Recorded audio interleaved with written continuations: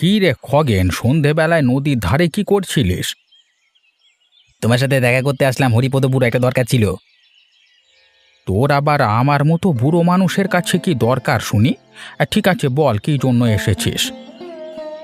আমার একটা বিশেষ কাজ করে দিতে হবে হরিপদপুরো, একজনকে আমি কথা দিয়েছি। ঠিক আছে, বল না কি কাজ, যদি পারি অবশ্যই করে দেব। আমি একটা গোটা ডিমওয়ালা ইলিশ মাছ চাই, মানে যেটা তোমাকে এনে দিতে হবে। কি বলিস রে নগেন, আমি ওসব এনে দিতে পারবো না, আমাকে তুই ছেড়ে দে। আমাকে না বলবার কি ফল হতে পারে সেটা জানো হরিপদপুরো? দেখ খগেন, আমার বয়স হয়েছে, আর ওই ডিমওয়ালা ইলিশ মাছ আনতে গেলে নদীর অনেক গভীরে যেতে হবে। আমার গায়ে এখন কি সেজোর আছে, তুই বল না। আমি এত কিছু জানতেও চাই না, শুনতেও চাই না।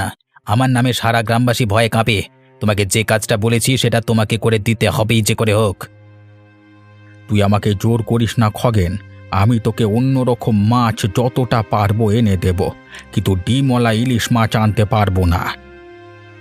আমি একজনকে কথা দিয়েছি, আমার কথার কি কোনো দাম নেই নাকি? আমি যেটা বলেছি সেটাই হবে, মনে রেখো। ঠিক আছে, তুই যা, আমি চেষ্টা করছি, যদি পারি এনে দেব। অত চেষ্টা ফেষ্টা বুঝি না, আমাকে ডিমওয়ালা ইলিশ এনে দিতে হবে, নাহলে তোমার কপালে অশেষ দুঃখ আছে, এটা মনে রেখো। এভাবে বলিস না খগেন, একটু বোঝ, আমারও তো বয়স হয়েছে, আমি আর আগের মতো ধকল সইতে পারি না। বললাম তো, তুমি পারো কি না পারো আমার জানবার দরকার নেই, তোমাকে গ্রাম ছাড়া হতে হবে না হলে। লতা, তাড়াতাড়ি খেতে দাও, অনেক কাজ আছে। আরে এত তাড়াহুড়ো করছো কেন? একটু বসো না শান্ত হয়ে, আমি খেতে দিচ্ছি। ধীরে সুস্থে বসবার সময় নেই লতা, তুমি তাড়াতাড়ি দাও। দাঁড়াও, ভাতটা বাড়ি আগে, তারপর তো দেবো তোমায়। এত তাড়াহুড়ো করলে কি হয় নাকি? দেখতে পাচ্ছ না লতা, আকাশের অবস্থা ভালো না, যখন তখন বৃষ্টি নামতে পারে। হ্যাঁ, সে তো ভালো কথা, তাহলে চাষটাও ভালো হবে, তাতে এত তাড়াহুড়ো করার কি আছে? তাড়াহুড়ো করবার কি আছে মানে? জমিতে জল জমে গেলে তো সমস্যা, বৃষ্টি নামবার আগে যে করে হোক খাল না কাটলে মুশকিলে পড়তে হবে। তাই বলে ঠিক করে খাবার খাবে না? এইভাবে চললে তো শরীর খারাপ হয়ে যাবে, তখন চাষটাও আর ঠিক মতন করে করতে পারবে না। তুমি বুঝতে পারছো না লতা, বৃষ্টি আসলে চাষের জমিতে জল জমে যাবে, মাটি নরম হয়ে যাবে, তখন নাঙল দিতে গেলে অনেক দেরি হয়ে যাবে। ঠিক আছে বাবা, ঠিক আছে, তুমি আগে একটু ধীরে সুস্থে পেট ভরে খেয়ে নাও দেখি, না হলে জমিতে গিয়ে এত খাটনি তোমার শরীরে সইবে না। সে যা হয় হোক, তুমি তাড়াতাড়ি খেতে দাও লতা, আমি খেয়েই জমিতে চলে যাব। এই তো দিচ্ছি, এত তাড়াহুড়ো যে কেন করো সেটাই বুঝি না। কষ্ট কি আর এমনি করি লতা, তুমি তো জানোই আমার পেশা চাষবাস করা, নাগল না চালালে খেতে পাবো কি করে? ঠিক আছে, সকালবেলা তো নাকে মুখে খেয়ে চলে যাচ্ছ, দুপুরে তাড়াতাড়ি চলে এসো কিন্তু। আজকে আর নদীতে যাব না, বুঝলে? কেন গো, নদীতে যাবে না কেন? আজকে শরীরটা তেমন ভালো না, আর আকাশের অবস্থাও তো ঠিক লাগছে না, তাই যাব না। নদীতে না গেলে মাছ পাবে কি করে? আর মাছ না পেলে টাকা আসবে কোথা থেকে? ও ঠিক আছে, একদিন না গেলে এমন কিছু হবে না, একদিন একটু আরাম করে নিই, তারপর কাল থেকে আবার যাব। কিছু হবে না মানে? নুন আনতে পান্তা ফুরোয় তা তুমি জানো না? আর এই বুড়ো বয়সে এসে এত আরাম কিসের? আরাম করলে কি আর পেট ভরবে? একটু বোঝো, আমার শরীরটা আজকে সত্যি ভালো লাগছে না। যত দিন যাচ্ছে তোমার বাহানাও দিন দিন বাড়ছে। ঠিক আছে, যেতে হবে না আজকে, পেটে গামছা বেঁধে শুয়ে থেকো আর কি। দেখো, তুমি সব সময় এরকম করো না, প্রত্যেক দিন তো নদীতে যাই, একদিন না গেলে কি এমন হবে? কি এমন হবে মানে? উনুনে হাঁড়ি চড়বে না, বুঝবে তখন কেমন লাগে। ঘরে তো বাজার আছে, তাহলে এমন মুখ করছো কেন? মুখে বলছি কি আর সাধে? আজ কাজে না গেলে কাল খাবে কি শুনি? তোমাকে দেখে তো মনে হচ্ছে না তোমার শরীর খারাপ, তাহলে তুমি কাজে যাবে না কেন? কিসের এত ভয় তোমার? ভয় মানে কিসের ভয় হবে? আমি কাউকে ভয় পাই না। আজ নদীতে কিছুতেই যেতে চাইছো না, নিশ্চয়ই তুমি কিছু লুকাচ্ছ আমার কাছে। আরে কিছু না, এত প্রশ্ন করো না তো, খেতে দাও, খিদে পেয়েছে। হ্যাঁ, সেই সারাদিন খেয়েই যাও আর তারপরে পায়ের ওপরে পা তুলে শুয়ে থাকো। খগেন যে কাণ্ড ঘটিয়েছে সেটা যদি বুড়ি জানতো তাহলে এভাবে ঝগড়া করতো না আমার সাথে।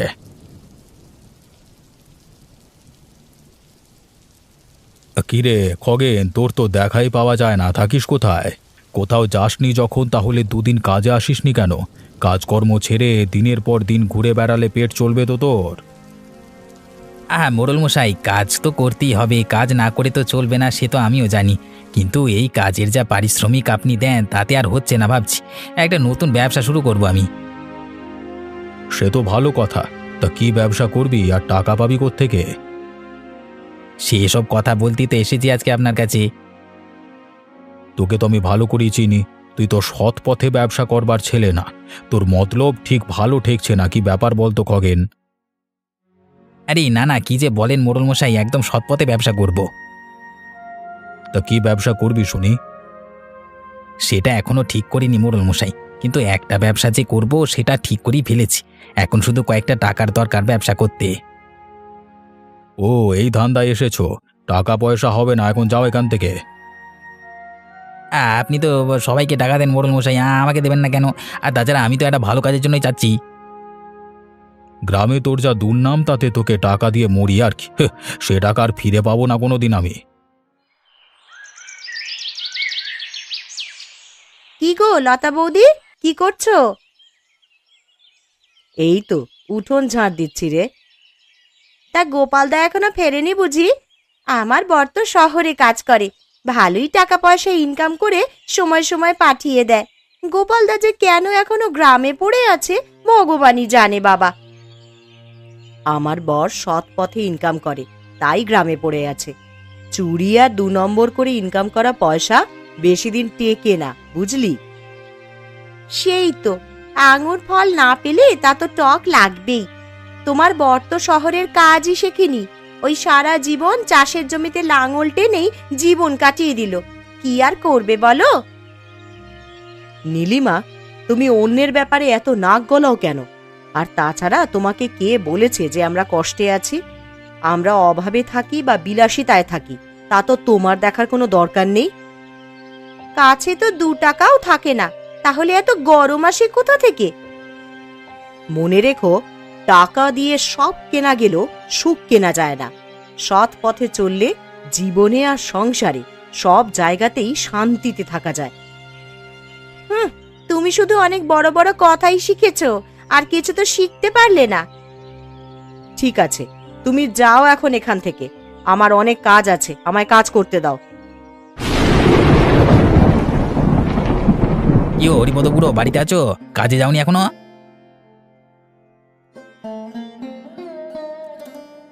আজকে আমার শরীরটা ভালো না, আর আকাশের অবস্থাও ভালো না, নদীতে গেলে খুব সমস্যা হবে। আরে কালকে তো পুরো নদী চষে ফেললে, তখন তোমার শরীর খারাপ হয়নি? ভয় লাগেনি? খালি ছক্কা পাঞ্জা কথা, তাই না? তুই বুঝবি না খগেন, নদীর যা অবস্থা, এখন নৌকা উল্টে গেলে কি হবে বলতো? তোর বাপ আসবে বাঁচাতে? মুখ সামলে কথা বলো হরিপদ বুড়ো, আমার ক্ষমতা সম্পর্কে কিন্তু তোমার কোনো ধারণা নেই। বুড়ির তো কোনো জ্বালাই নেই, এই যে নদীতে গেলে মাছ আনলে কটা টাকা হয় সে তো বোঝে না, বুড়োর মাথাটা পুরো গেছে। নদীর অবস্থা ভালো না, এখন আমি ওই ডিমওয়ালা ইলিশ মাছ আনতে নদীর মাঝে গিয়ে বিপদে পড়ি আর কি, তাই না? আমিও সব জানি না, কালকের মধ্যেই আমার মাছ চাই, আমার কথার কি দাম নেই নাকি? আচ্ছা ঠিক আছে, কালকে যাব নদীতে, কিন্তু যদি কিছু হয় তাহলে তার দায় কিন্তু খগেন আর তোমার, এই বলে দিলাম। আরে হরিপদ বুড়ো, এই বৃষ্টি মাথায় নৌকা নিয়ে কোথায় যাবে? আরে গোপাল যে, এই তো মাছ ধরতে যাচ্ছি, এখন তো বৃষ্টি হচ্ছে, বৃষ্টিতে মাছ বেশি ওঠে। তোমরা থাকো তো 2 বুড়ো বুড়ি, এত মাছের কি দরকার? এই বৃষ্টি মাথায় নিয়ে নদীতে যেও না বুড়ো, বিপদ হতে পারে। আমাদের জন্য না রে, ওই খগেন আছে না, ও আমাকে শাঁসিয়ে গেছে ডিমওয়ালা ইলিশ মাছ এনে দিতে হবে বলে, না হলে আমাকে গ্রাম ছাড়া করবে। তাই বলে এই বৃষ্টিতে নৌকা নিয়ে বেরুচ্ছ? যদি কোনো বিপদ হয় ওই খগেন আসবে তোমাকে বাঁচাতে। কি করব বল গোপাল, এখন বুড়ো হয়েছি, গায়ে জোর নেই, তাই খগেন জোর জুলুম করে। তাছাড়া অভ্যেস আছে, অসুবিধে হবে না। অভ্যেস থাকলে কি হবে? তোমার কি আর আগের মতো গায়ের জোর আছে নাকি যে মানে যা হয় সহ্য করে নেবে? আর যদি না যায়, খগেন আমাকে বাঁচতে দেবে না রে বাপ, শান্তি নেই জীবনে। তার থেকে একটু ঝুঁকি নিয়েই দেখি। তোমার মাছ ধরতে যেতে হবে না। খগেনকে কিছু একটা বলে দিও ক্ষণ। এখন চলো, বাড়ি চলো ঘুরো। না রে না, বাড়িতে গেলে গিন্নি আবার চেঁচাবে। তুই বাড়ি যা, আমি দেখি যদি ডিমওয়ালা ইলিশ মাছ পাই।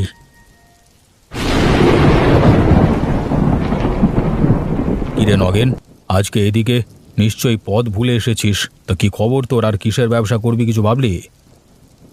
না না মোড়ল মশাই, পথ ভুলে আসবো কেন? এই আসলাম আপনার কাছেই আপনার খোঁজখবর নিতে। তা ভালোই করেছিস। এই বর্ষায় একা ঘরে বসে থাকতে ভালো লাগে না, দুটো গল্প করে সময় কেটে যাবে। আপনাকে সঙ্গ দেব বলি তো আসা মোড়ল মশাই। জানিস তো খগেন, এই বৃষ্টিতে ডিমওয়ালা ইলিশ মাছ ভাজার যে কি স্বাদ বলে বোঝানো যায় না। মোড়ল মশাই, আপনার ইলিশ মাছ খেতে ইচ্ছে করছে আগে বলবেন তো, আপনার জন্য তো আমি সবসময় হাজির। আপনার খেতে ইচ্ছে করছে যখন, কালই আপনার জন্য ডিমওয়ালা ইলিশ মাছ নিয়ে আসবো, মন ভরে খাবেন। তা হঠাৎ আমার ইলিশ মাছ খাওয়ার ইচ্ছে পূরণ করবার কারণ কি? কারণ আর কি হবে মোড়ল মশাই, আপনি এই গ্রামের সম্মানীয় ব্যক্তি, মোড়ল মশাই বলে কথা। আপনার খেতে ইচ্ছে হয়েছে, তা আপনার কথা কি ফেলতে পারি? আপনাকে কালকেই টাটকা ইলিশ মাছ খাওয়াবো আমি, দেখবেন। হ্যাঁ, আসল কথাটা কি ঝেড়ে কাজ তো খগেন। আসল কথাটা কি আর মানে আর কি, মানে আমার ব্যবসায় আপনি যদি কিছু টাকা ঢালতেন। পথে আসো বাছাধন, তাই বলি এত মাছ খাওয়ানোর তারা কিসের? নিশ্চয়ই কারোর কাছ থেকে ধান্দাবাজি করে নিয়ে এখান খাওয়াবি, তাই তো? না না, ছি ছি ছি ছি ছি ছি, এমন কেন করব? আপনাকে বাজারে সব থেকে বড় এবং টাটকা ইলিশ মাছ এনে খাওয়াবো। ঠিক আছে, তুই আগে মাছ নিয়ে আয়, তারপর তোর ব্যবসায় টাকার কথা নিয়ে ভাববো।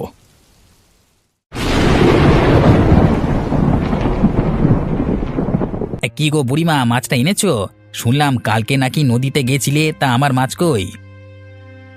জানিস তো নগেন, আমিও বুড়োকে অনেক করে বলেছিলাম নদীতে যাও, নদীতে যাও তুমি, তা গেলই না। এই নে তোর মাছ। তা এত দেরি করলি কেন? মাছটা তো পচিয়ে যেত, আর একটু দেরি করে আসলে। পচে গেলে আবার এনে দিতে আছো তো তুমি বুড়ো। সে আমার খেয়ে দিয়ে তো কাজ নেই, তোর জন্য প্রতিদিন মাছ নদীতে মরতে চাই। বড্ড কথা শিখেছো, হ্যাঁ? এটুকু বুদ্ধি নেই মাথায়, মাছ কিভাবে ভালো রাখা যাবে ঢং। এটা তো এখনো পচেনি, তুই এখন নিয়ে যা, আর মাছের দামটাও দে। মাছের দাম এখন হবে না। মাছের দাম এখন হবে না মানে? এত কষ্ট করে এত ঝুঁকি নিয়ে এলাম, আর মাছের দাম এখন হবে না? কি বলতে চাচ্ছিস তুই খগেন? এখন আমার কাছে টাকা নেই, মাস শেষ হোক তোমাকে দিয়ে দেব। এই জন্যই তোর মতো ধান্দাবাজ লোকজনের কোনো কাজ করতে নেই। তোমার তো সাহস কম না বুড়ো, তুমি আমাকে ধান্দাবাজ বলছো? তুমি জানো আমি কি করতে পারি? সে আর জানি না, গরিবের উপরই তো অত্যাচার করতে পারো, আর তো কোনো কাজ নেই। চোখ রাঙিয়ে লাভ নেই খগেন, ভালোই ভালোই টাকা দে বলছি। আরে বললাম তো মাসের শেষে তোমার মাছের দাম দিয়ে দেব। আবার যদি কানের কাছে ঘ্যান ঘ্যান করো না, তাহলে কিন্তু ভালো হবে না বলে দিলাম। ঠিক আছে, যা যা নিয়ে যা তোর মাছ, যখন ইচ্ছে দাম দিস। গোপাল, বাবা গোপাল, বাড়িতে আছিস? এত রাতে আবার কে ডাকে? ভূত টুত নাকি? না গো, এটা মনে হয় বুড়ির গলা। মনে হয় কোনো সমস্যায় পড়েছে। চলো তো গিয়ে দেখি।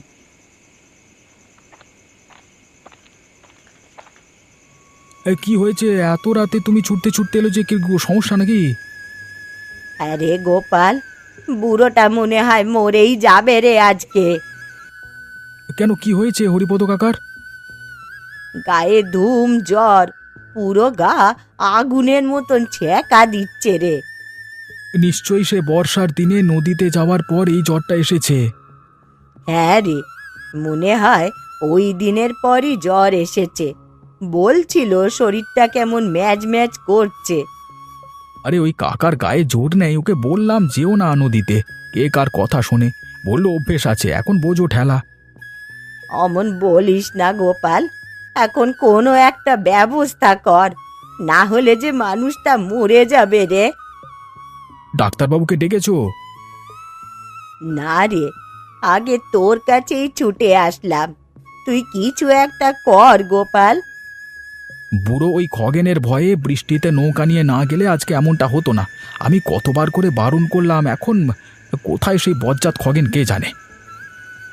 অগেন বেটা তো একটা শয়তান, ওকে কি আর এখন পাওয়া যাবে? তাই কারো কাছে না গিয়ে তোর কাছেই ছুটে আসলাম রে গোপাল, তুই কিছু একটা কর। আচ্ছা তুমি যাও বুড়িমা, আমি ডাক্তার ডেকে আনছি। মোড়ল মশাই, মোড়ল মশাই বাড়িতে আছেন? কে এত রাতে চেল্লাচিল্লি করছিস? মোড়ল মশাই, আমি গোপাল, তাড়াতাড়ি একটু বাইরে আসুন, সর্বনাশ হয়ে গেছে। কেন রে, কি হয়েছে? হরিপদ বুড়োর অবস্থা খারাপ, জ্বরে গা পুড়ে যাচ্ছে, তাড়াতাড়ি একটা ডাক্তারের ব্যবস্থা করতে হবে, না হলে বুড়োকে বাঁচানো যাবে না। কি বলিস, হরিপদর অবস্থা এত খারাপ? হ্যাঁ মোড়ল মশাই, আমার বউ লতা আর ওই বুড়িমা বুড়োর দেখাশোনা করছে, আপনি তাড়াতাড়ি একটা ডাক্তারের ব্যবস্থা করুন মোড়ল মশাই। কিভাবে হলো এমন অবস্থা বুড়োর? খগেন ওই বুড়োকে ধমকেছিল যে ডিমওয়ালা ইলিশ মাছ না এনে দিলে গ্রাম ছাড়া করবে, সেই ভয়ে বৃষ্টির মধ্যে মাছ আনতে গেছিল, তাতেই এই অবস্থা। কি বললি, খগেন গরিব গ্রামবাসীদের উপর এভাবে অত্যাচার করছে? হ্যাঁ মোড়ল মশাই। ঠিক আছে, তুই যা, আমি দেখছি এত রাতে ডাক্তার পাই কিনা, আর খগেনের ব্যবস্থা পরে হবে। মোড়ল মশাই, ও মোড়ল মশাই, এই দেখুন আপনার জন্য কি নিয়ে এসেছি। কি নিয়ে এসেছিস? আপনি আগের দিন বলেছিলেন না ইলিশ মাছের কথা, তাই আপনার জন্য ডিমওয়ালা ইলিশ মাছ নিয়ে এসেছি, টাটকা ইলিশ মাছ মোড়ল মশাই। বাহ, ডিমওয়ালা ইলিশ মাছ! আরে আমি তো ভাবতেই পারিনি তুই তোর কথা রাখবি। কি যে বলেন না মোড়ল মশাই, আপনার কথা রাখবো না তো কার কথা রাখবো? তা বলছিলাম কি, এবার আমার কথা যদি ভাবতেন একবার, তাই। সে ভাববো, আগে আজকে মন ভরে ডিমওয়ালা ইলিশ মাছ তো খাই। উফ, ভাবলি যেন জিভে জল চলে আসছে, কি সুস্বাদু হবে। মোড়ল মশাই, আরে ও মোড়ল মশাই বাড়িতে আছেন? কে, গোপাল? বলো তো কি হয়েছে আবার?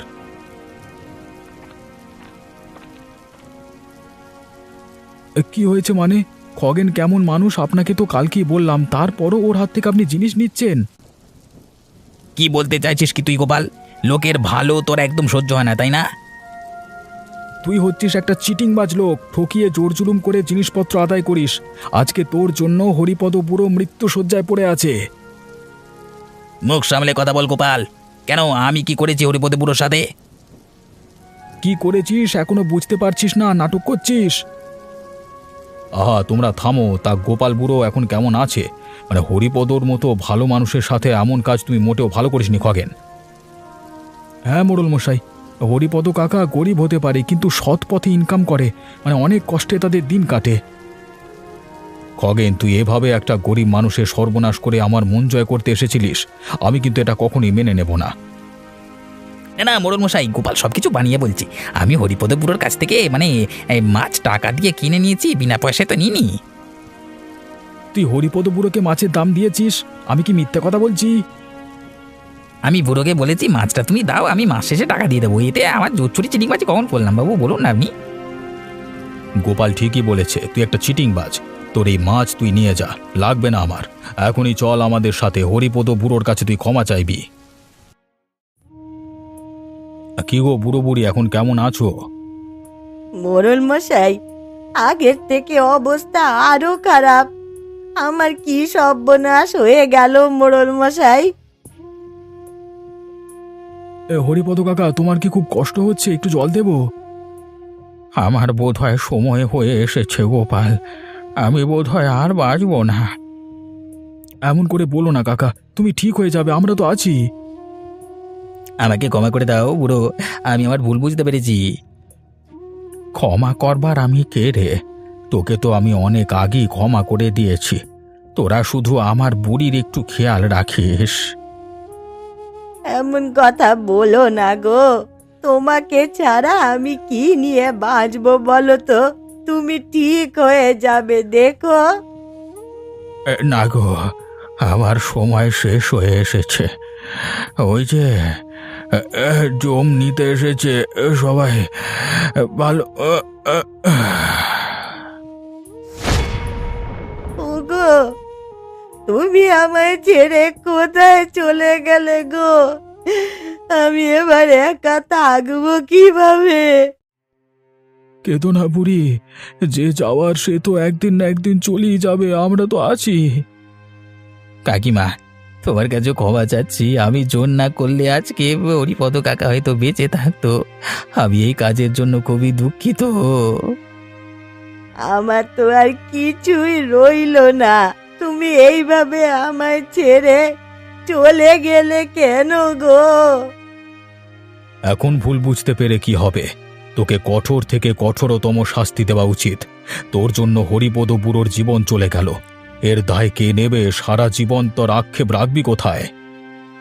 জানি না মোড়ল মশাই, কিন্তু হরিপদ কাকার বলা শেষ কথাটা আমি মনে রাখবো আজীবন।